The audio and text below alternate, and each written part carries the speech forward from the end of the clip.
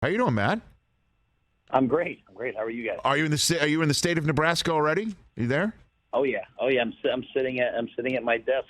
Your desk? Talking to you and looking at recruiting lists. Okay, so you already got your office set up. You have a home. You got this whole thing. So your real estate all done. You're doing that. You know what? My wife went out to look for a house today, so knowing her is probably pretty close to done. Oh, I'm in the hotel and I'm just hanging out in the facility. okay, man. Football coaching world is kind of crazy. How many times have you moved your family, Matt? How many times is this for you now? What do you got for me? That's a great question. Probably. I mean, this is my fourth head coaching job in 11 years. I mean, this is so. But I probably moved my son. I probably moved my son like 10 times, 12 times. My gosh. He's 8. Yeah. Man, and it is just never easy to do such a thing, and I totally get it. But what attracted you to Nebraska? Walk me through that one, Matt. You know, I think as we started this process, I had 4 years left on my contract. There was no urgency to take a bad job. I didn't know much about Nebraska other than its great tradition and 5 national championships. But I was willing to listen to everybody. And as I got to know Trev Alberts, the athletic director, as I got to learn more about not just the program but their vision for the future, I said, man, this sounds just like me. They want to be a tough physical team. They want to be a team that doesn't just live off of transfers all the time. They want to get guys at 18 years old, help them graduate, help them grow into NFL players, be a player development place. And so I felt the fit. My wife and I kind of snuck out here, flew out here, looked around Lincoln.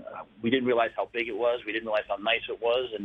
And in the end, we decided that this is where we wanted to take our next chapter, raise our family, and live next. Did you end up talking to Tom Osborne at any point in time? Did you have to?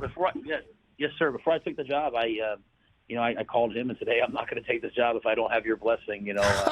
I needed to make sure that he was okay with me being the coach, and he was great to me. He said, Matt, I'll never get in the way, but I'll always be there to support you in anything you need or give you any help that you need. And so, he's one of the great coaches, the guys that I looked up to at a young age. And so it was pretty surreal to talk to him.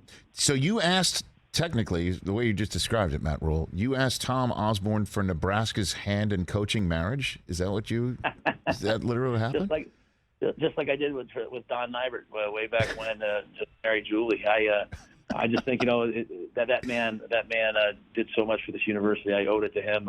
He laughed at me and said, "You don't need my permission." I said, "Well, maybe I don't need it, but I sure like it. I sure like your blessing." So he was great to me. And who else from the Nebraska world did you speak to? I talked again. Trev Alberts, great player here. He's the athletic director. I was lucky in that the president of the university system, Admiral Ted Carter. I had a chance to talk to the Admiral. He was at Navy when I was at Temple when we played and when we won the championship game. And so he had a vision for what my teams looked like, at Temple, for the physicality and the play style. And that's what he wanted. And I think that's really important, Rich.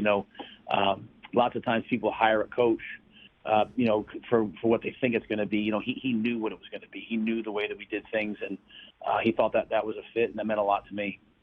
And any former players that you've spoken to? Anybody reach out?